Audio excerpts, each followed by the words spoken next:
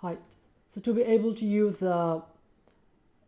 convert the value of type resource param into dictionary, first we need to review two functions, the built-in functions, and then that will help us to convert the value of type into dictionaries. So I have created a value of type resource param, and then there is a function called field name. What it does, if we provide a struct in that field name, it provides all the field name of that object. So we can see as a symbol. So we can see screen name, user ID, and since, and whatever, something. So we can pick any of the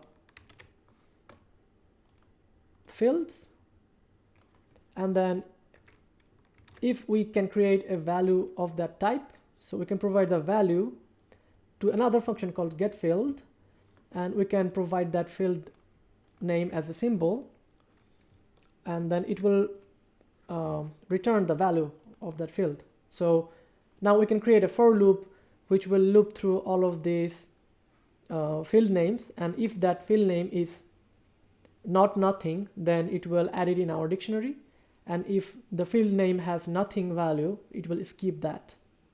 But also when we will send the request, the JSON API doesn't understand that symbol, so we need to convert that into a string, and that is very easy. So we can take any symbol and we can put string and put that symbol, and then it convert that into a string, or we can use that string function,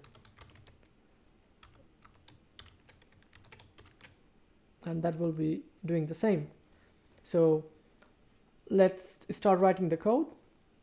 So we need the field name.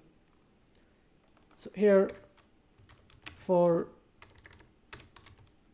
fn as a field name in field name of resource param, we can create if, and then we have to get the value of that field. So if get field from that RP object, and which field? The fn field. If that field is nothing, so if it's nothing, then we have to skip that. So we can do negation. So the result from that field, if not nothing, then we will do something with that. So what we will do, we will add them in a dictionary. So we have to pre-create a dictionary. Params is a dict, no, not that, dict type, and we can actually specify the which will be the type of the key and the type of the pair. So we can do in the dictionary, the key will be string and the pair will be union of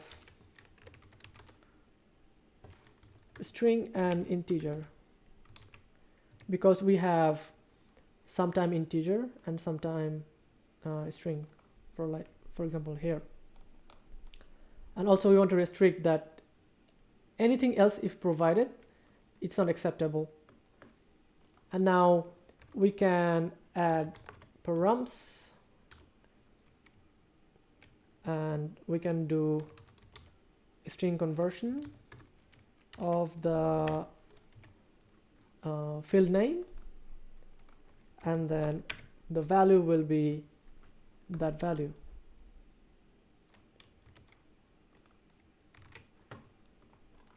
And finally we need to return the params. So that's it. I think that's it, our function.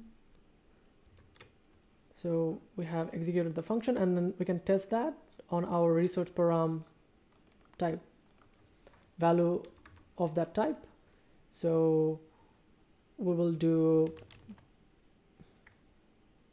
what was the name of the function? Params to dict,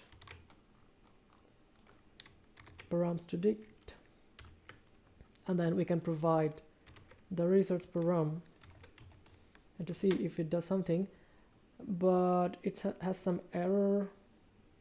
Param to dict not defined. Why? Okay, we can define it again. Syntax line break. Oh, I was writing Python code, sorry for that.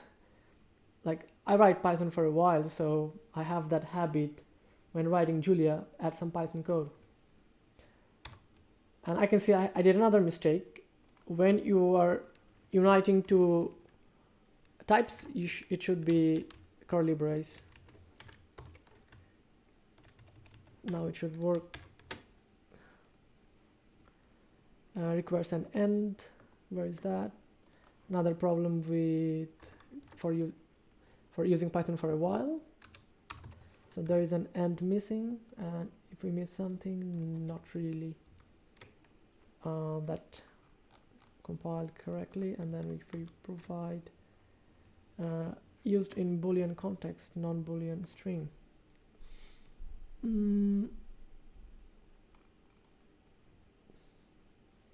Not really sure. It's 69.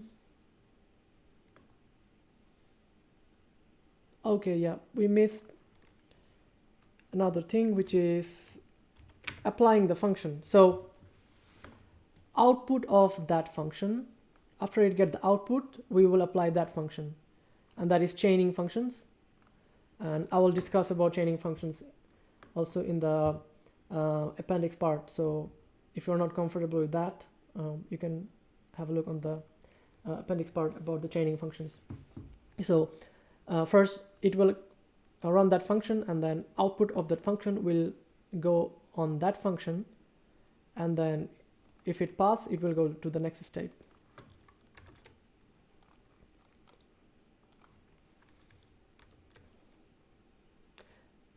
Nice. So it works. It converts the dictionary into it converts the type into dictionary.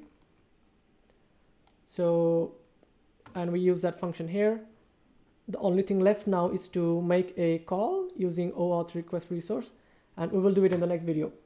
I'll see you in the next video, and I think it will be fun. We will call the Twitter API and get some result for the first time. See you.